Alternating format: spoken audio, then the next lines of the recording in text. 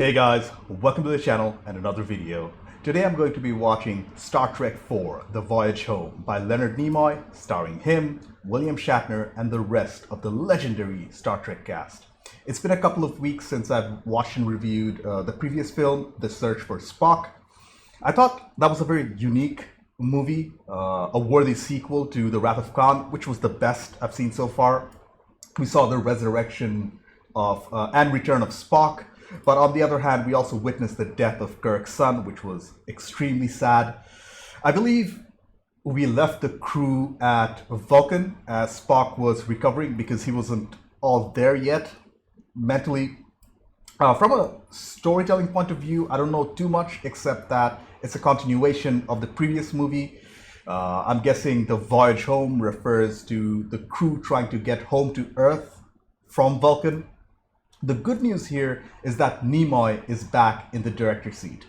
He proved to be a very competent director in his previous outing, so I'm very excited to see what he brings to the table this time. Anyways, if you guys are unaware, I'm making my way through the entire Star Trek franchise, just like I did with Bond, Rocky, Lord of the Rings, or The Hobbit. I'll leave a link up there somewhere to a playlist with the first 3 Star Trek films. Please check them out when you have the time. But before we get into it, to help support the channel, I have a Patreon page for full-length reviews and reactions to this movie and over 220 movies, 2 TV shows, early access, and weekly polls for what to watch next. You'll need your own copy to watch along. The link's in the description below. Please consider a Patreon. Please subscribe to the channel. Click that bell icon for instant notifications. Do check out my other videos. Like if you like this video, dislike it if you didn't. With all that being said, let's get started. Star Trek IV, The Voyage Home, Nimoy, Shatner. Let's go. Cast and crew of Star Trek wish to dedicate this film to the men and women of the spaceship Challenger. Oh man, this is 1986, isn't it? I think there was another crash in 2003, Columbia. I remember that very well. It's sacrifices by people like that which make space travel possible. Star Trek IV, The Voyage Home. Oh, it's a new composer. James Horner isn't back for this one. Interesting. I'm hoping this movie got a bigger budget compared to the last one because the last 2 were quite successful, according to my patrons in the comments. Mysterious, ominous music. I'm guessing that's bad news. Attempts to communicate with the probe have been negative on all known frequencies. An alien ship is approaching Earth. Wow!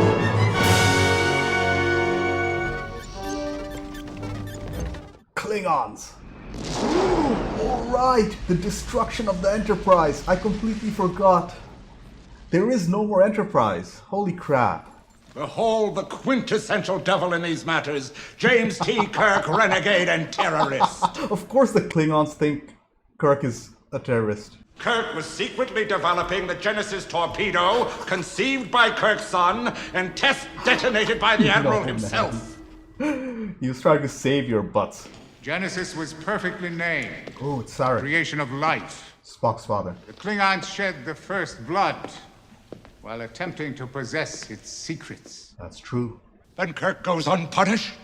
Admiral Kirk has been charged with 9 violations of Starfleet regulations. Whoa. Starfleet regulations? That's outrageous! At least he's facing some consequences. And like those mutineers of 500 years ago, we too have a hard choice to make. They're repurposing the Klingon ship Bird of Prey, and they're naming it HMS Bounty. Oh, I think that's Spock. I hope his memory's coming back. Adjust the sine wave of this magnetic envelope so that antineutrons can pass through it, but antigravitons cannot. Correct. What is the electronic configuration of gadolinium? Correct. I think he's How do being you tested feel? for psychological fidelity. I feel How do nothing. you feel? You're a Vulcan. I do not understand the question, Mother.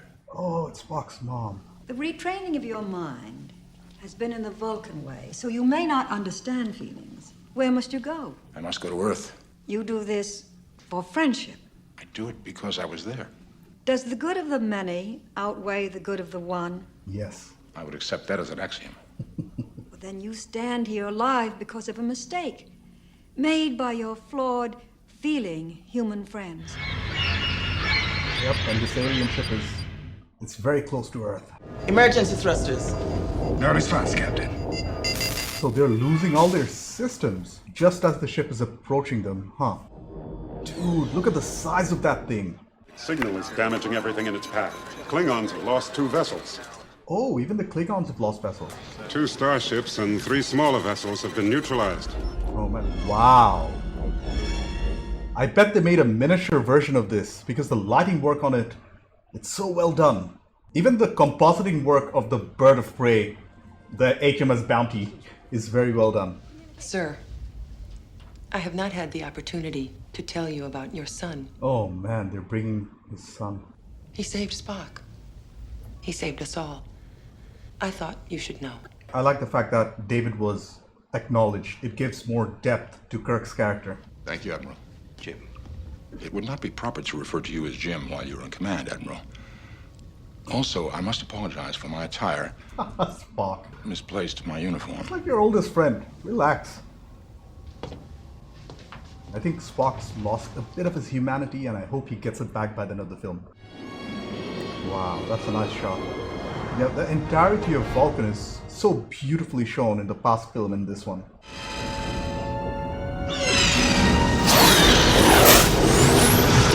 I wonder if the cylindrical ship was inspired by Rendezvous with Rama, one of Arthur C. Clarke's famous works. I haven't read it, but I know the synopsis. Well, I just want to say, sure is nice to have your Katra back in your head, not mine. What I mean is, I may have carried your soul, but I sure couldn't fill your shoes. Well said, Bones. My shoes. It's a metaphor, Spock. Forget it.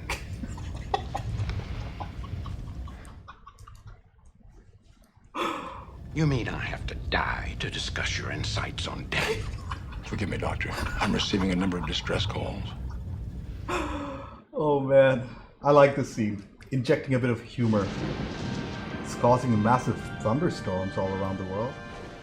Perhaps you should transmit a planetary distress signal, while we still have time. That's a good idea, but where do you send it to? Oh, okay, of course.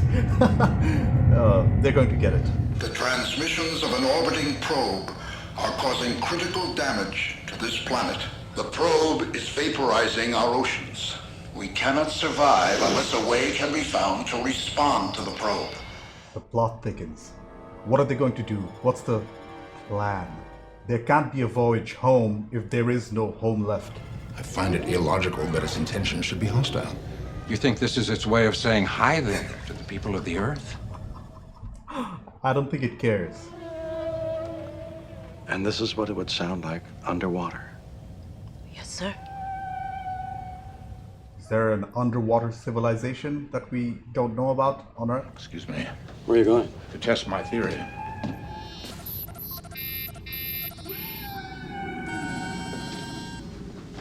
Spock? As suspected, the probe's transmissions are the songs sung by whales. Whales? Who would send a probe hundreds of light years to talk to a whale? Exactly. They've been extinct since the 21st century. Holy crap. It is possible that an alien intelligence sent the probe to determine why they lost contact. Does the species exist on any other planet? Negative. Humpbacks were indigenous to Earth. Start your computations for time warp. Bones. No way. No way. Are they going to time travel? That would be crazy. That's a new direction. We gotta find some humpbacks. Humpbacked people? Whales, Mr. Scott. They are going to the past. You're proposing that we go backwards in time, find humpback whales, then bring them forward in time, drop them off, and hope to hell they tell this probe what to go do with itself. That's the general idea. That's crazy. We're going to attempt time travel. Get him back! Get him back! At least there's some hope for Starfleet Command. Warp speed, Mr. Sulu. Warp 5. Warp 8! That's enough, man. There. Heat shields at maximum.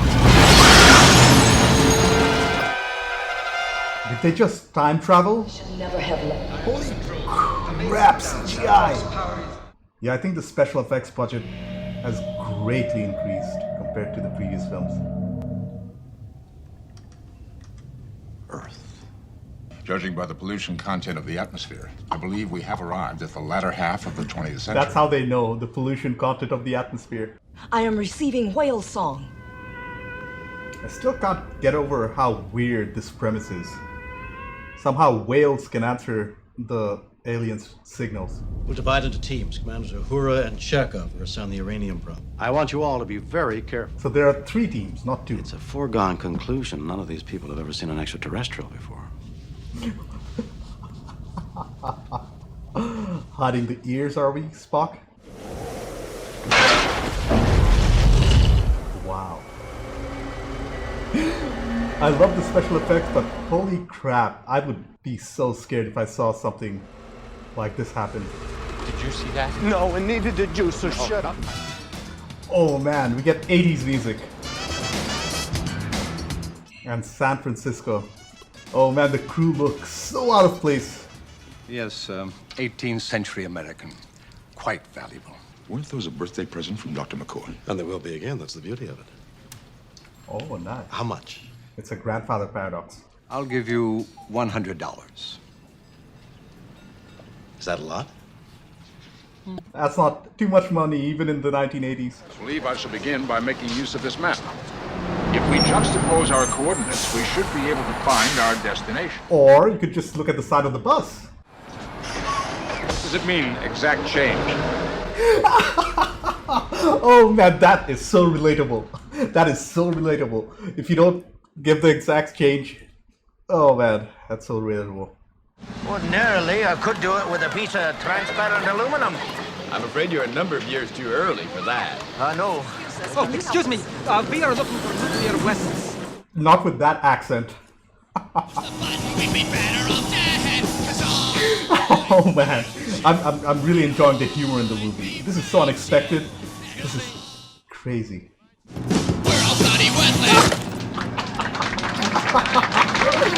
He used his Vulcan nerf pinch to shut him up. Nobody pays any attention to you unless you swear every other word. You'll find it in all the literature of the period. The first commonly held misconception is that whales are fish. They're not. They're mammals, just like you and me. Do whales attack people, like in Moby Dick? No. Unfortunately, their principal enemy is far, far more aggressive. You mean man? To put it mildly, 100 years ago, using hand-thrown harpoons, man did plenty of damage. Damn.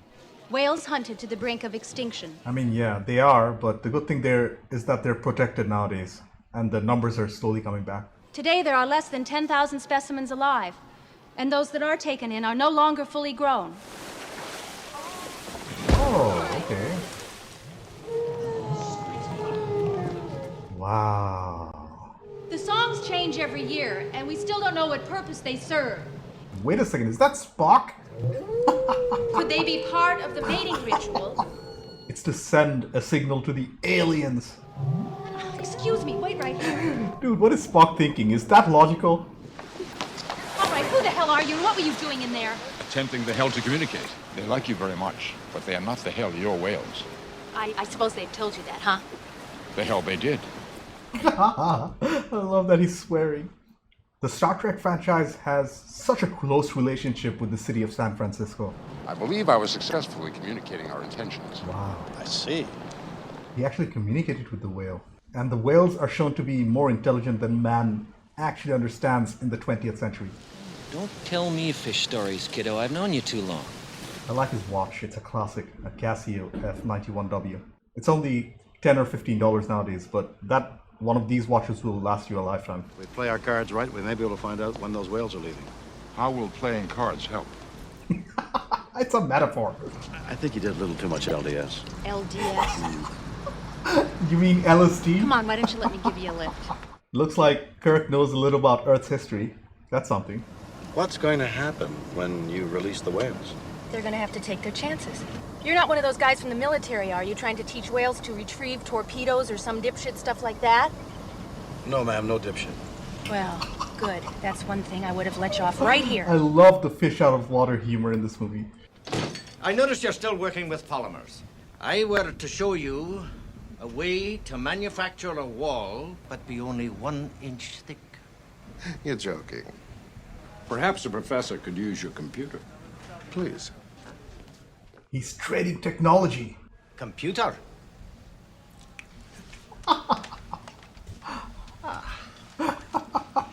A mouse. Hello, computer. Speaking into the mouse.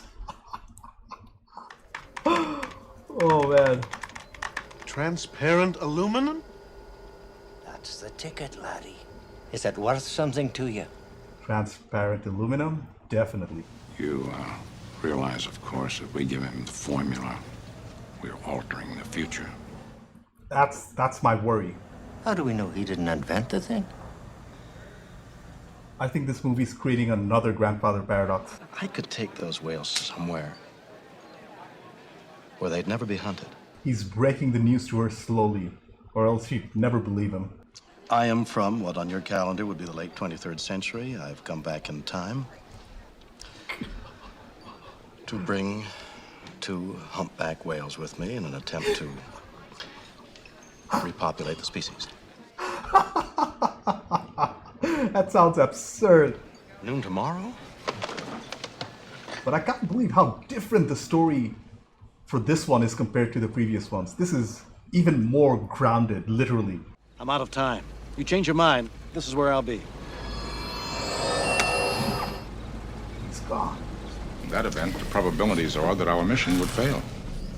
Our mission? Spock, you're talking about the end of every life on Earth. Scotty, we're ready for beam out. Oh, they've got it. Scotty. Chekhov, can you hear me? Scotty, now would be a good time. Oh, I knew it. Ah! Name. My name? No, my name. I do not know your name. You play games with me, mister, and you're through. Out of all this space stuff and aliens, this is the most unbelievable part of the film. Him running away from the US Navy. Yeah, looks like he's pretty cornered. Oh. They released the whales already? Oh, no, that's bad news. You sent them away without even letting me say goodbye to them? You son of a bitch! Classic. I'm racking my brains thinking of any criticisms of the film, and I honestly don't have any, except her character seems a little unrealistic. There's no denying it now. Please don't run into it. Nobody else has been walking around the park for the past 24 hours running into this enormous spaceship.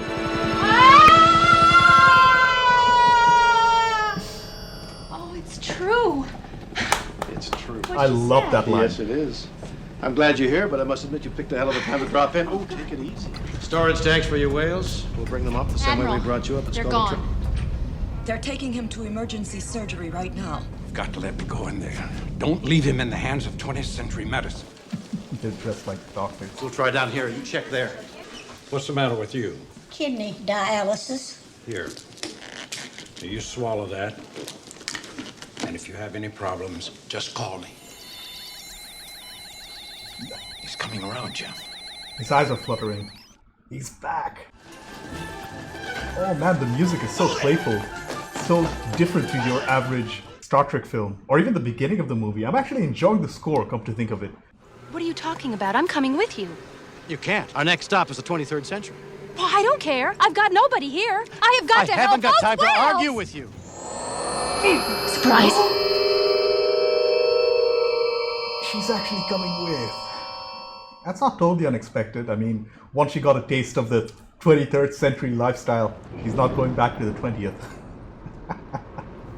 Your best guess? Guessing is not in my nature, Doctor. Nobody's perfect. Come on, Scotty, beam him up.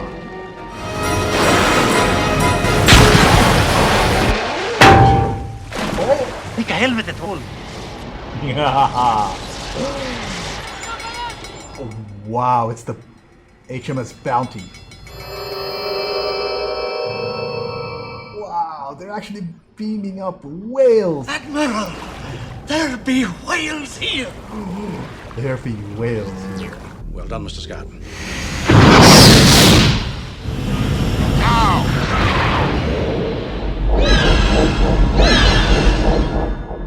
This probe looks so elementary. It's just a cylinder and it's got rough edges. Does look very alien. Get him back!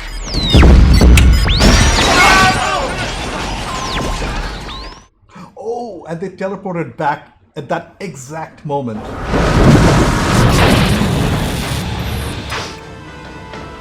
Release the whale. A proper underwater sequence.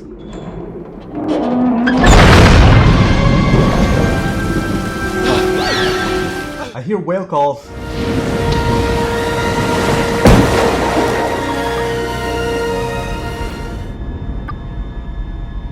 Cylinder is doing something.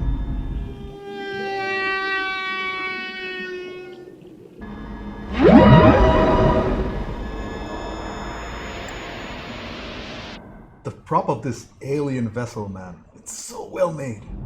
Especially the texture on the surface and how the light reflects off it. And we're getting triumphant music, I think. I actually really like the fact that this alien cylinder thing, it wasn't explained at all. I don't think that would have added too much to the story. It was mostly used as a plot device, but it was used very, very well. Yeah, I definitely like the score. It was very varied throughout the film. Kirk being tried. But I'm sure he'll get some leniency. He's literally saved the planet. All charges but one are summarily dismissed. It is the judgment of this council that you be reduced in rank to captain. Captain Kirk! I mean, that's not the worst news in the world. Please tell me that they're going to build a new Enterprise for them. I hope so. Wait a minute, where are you going? You're going to your ship, I'm going to mine. You mean this is goodbye? Oh, See you around the galaxy. I love how Kirk was almost eyeing her. Like, you better call me, girl. Do you have a message for your mother? I feel fine. And live long and prosper? Live long and prosper, Father. Oh! Live long and prosper. So good. Surprise, surprise. The USS Enterprise has been rebuilt. NCC 1701A. I think the A is new, right? This is perfect. All right, Mr. Sulu. Oh, the good old Enterprise set. Let's see what she's got. Warp speed ahead. That was so fun. I enjoyed it way more. I wouldn't say way, maybe way more than the Search for Spock, which was solid in itself. I can't wait for the next one. Do let me know if, actually don't let me know if you like the next one or not. I'd like to find out for myself. There are at least 2 more in this series, right? 5 and 6. And then, if I'm not mistaken, then there are the Next Generation movies. If they're worth watching on the channel, please let me know. So different. Okay, I took quite some time in collecting my thoughts. First off, that was so much fun. It was a completely different Star Trek experience, something I never expected. The crew of the Enterprise time traveling to the past, to bring whales to the present, to stop an unknown alien ship. Talk about absurd and creative. That, coupled with solid writing, creative humor, performances, music, and special and practical effects, officially made this my second favorite film in the franchise so far, after The Wrath of Khan, of course. The only criticism I had with the movie was a fairly minor one, and that had to do with Dr. Jillian's character. I thought she was a little unbelievable in the sense that she accepted that they were from the future. Not only that, once she was beamed on the ship, she didn't react like a normal person would if they were beamed onto a future spaceship. Again, it's a minor issue, but apart from that, this movie was unexpectedly enjoyable. I had a great time with it. Anyways, let's start with the directing by Leonard Nimoy and the story by him and Harve Bennett. Usually, I find, these sci-fi stories fairly predictable, but this was anything but. It was completely out of left field. I mean, The plot was so absurd and crazy, for lack of a better word. But on the other hand, it also worked. I didn't think it would. I never expected the crew to visit modern times. By modern, I mean the 80s, which is, what, 40 years? But they're talking in hundreds of years, so it is technically modern times. I'd never expect the crew to visit the 20th century, let alone time travel, but here we are. The entire fish out of water experience by the crew was brilliantly done, and it added some much needed comedy to the adventure aspects of the movie. The humor was kept simple, but it worked for the most part. I found myself laughing so many times as Spock tried to swear and acclimate to the 20th century Earth, especially how he was on the bus and he had to use his Vulcan nerve pinch to shut off this that punk rock dude. That was hilarious. Kirk was much better at it though, flirting his way through almost eating Italian food for the first time probably. This is also the first Star Trek film that I've seen which didn't have a well-defined villain. There were no outright bad guys in the entire movie. Rather, the actions of humanity were at fault here. Humanity's forced extinction of whales literally came back to bite us, not them, of course, I'm a part of humanity, bite us in our butts. I love the fact that the alien cylinder thing wasn't given any explanation, rather it was used as a plot device. I thought it added to the mystery factor here. Like, why were the aliens specifically on Earth to help whales? Why not dolphins or monkeys? Dolphins, they are considered smarter than whales, aren't they? Maybe it's because they're so small that their calls couldn't be heard by the aliens from a large distance. See, there's so much to talk about here. One complaint I had with the previous movies, it had to do with the secondary characters and the fact that they didn't get too much screen time, but the filmmakers really corrected it here. I love that we got to see more of Chekhov, Uhura, Scotty, Bones, and Sulu, separating the crew and giving them 3 separate missions was a stroke of genius from a narrative point of view. This way, not only do we get to see more of the rest of the crew and their interactions, but we also get to see different sides of 20th century humanity. One group went to the military, the other one walked around the streets of San Francisco looking for whales, and the other one, I think, what were the other ones doing? Oh, right, they got a container for the whales by exchanging future technology. I don't even want to say too much about the performances of the movie. The entire cast was solid, like they were in the first 3 films, starting from Shatner all the way down to Nicole's, rest her soul. The only character I had an issue with, like I mentioned earlier, was Dr. Gillian, played by Catherine Hicks. I had no issues with her acting. I thought she was competent, perfectly competent in her role. The issue I had was with her character. In this world of fantasy, she seemed like the most unrealistic person.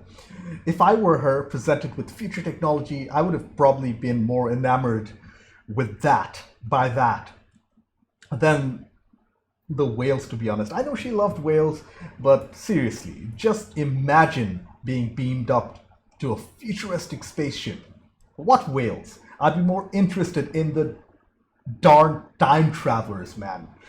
The nature of her entire reality was completely changed, but her character was almost indifferent to it. She was just singularly focused on those 2 whales. Like I said, it's a minor complaint, but the rest of it, the humor, the chemistry between the entire crew, the story, the resolution, it was all excellent. Moving on to the cinematography and the rest of the production end, I thought the cinematography was much improved from the previous entry. Leonard Nimoy is definitely learning. We can see that on screen. The wider shots, they were great. The lack of the USS Enterprise really forced the production crew to be more creative with their shot compositions, especially with the Bird of Prey, the HMS Bounty, I think. Anyways, a special shout out goes to the underwater camera work and how the final scene, Kirk was swimming underwater, that was excellently done, and how the whales were framed underwater too. One more highlight of the movie was the effects, more specifically the combination of the matte painting backgrounds, the practically made props and sets, and how they came together, how seamlessly it was done. We even saw a small sequence that was completely CGI. I think we saw a CGI version of the crew back in the 80s. Holy crap, I found that very impressive. The whale animatronics were also so convincing that I had a hard time noticing that they were fake. The main reason that I knew that they were fake and they were animatronic is because that it's next to impossible to shoot whales out in the wild like that. The miniature cylinder alien prop was also excellently made and looked appropriately menacing. Almost had a feeling of omniscience to it, if that makes any sense. I bet that was very hard to achieve from a production standpoint.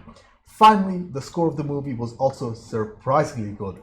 When I didn't see James Horner's name in the opening credits, I was a little apprehensive, but the score here by Leonard Rosenman, please correct me if my pronunciation is wrong, his score was solid. From strange alien sounds at the beginning, to the whale calls, to the streets of San Francisco in the 1980s, it was largely varied and kept my auditory interest throughout. The sound design itself was also top-notch, and that's in line with the rest of the excellent franchise. As I've talked about my criticisms already, overall, Star Trek IV, The Voyage Home was an excellent entry in the franchise, and definitely a step up from its predecessor, which I also enjoyed. Leonard Nimoy's direction, along with strong performances from William Shatner and the rest of the ensemble cast, really made my week. The crazy plot, the crazy is an understatement here, the unexpected humor, the excellent production values, special effects, practical effects, and strong score really made this film a Star Trek classic. I highly recommend it, and I'm really looking forward to the next film. Anyways, thank you for watching. I have a Patreon page. Consider being a patron. Subscribe to the channel. Click that bell icon for its notifications. Do check out my other videos. Like if you like this video. Dislike it if you didn't. I will see you in the next one. Bye.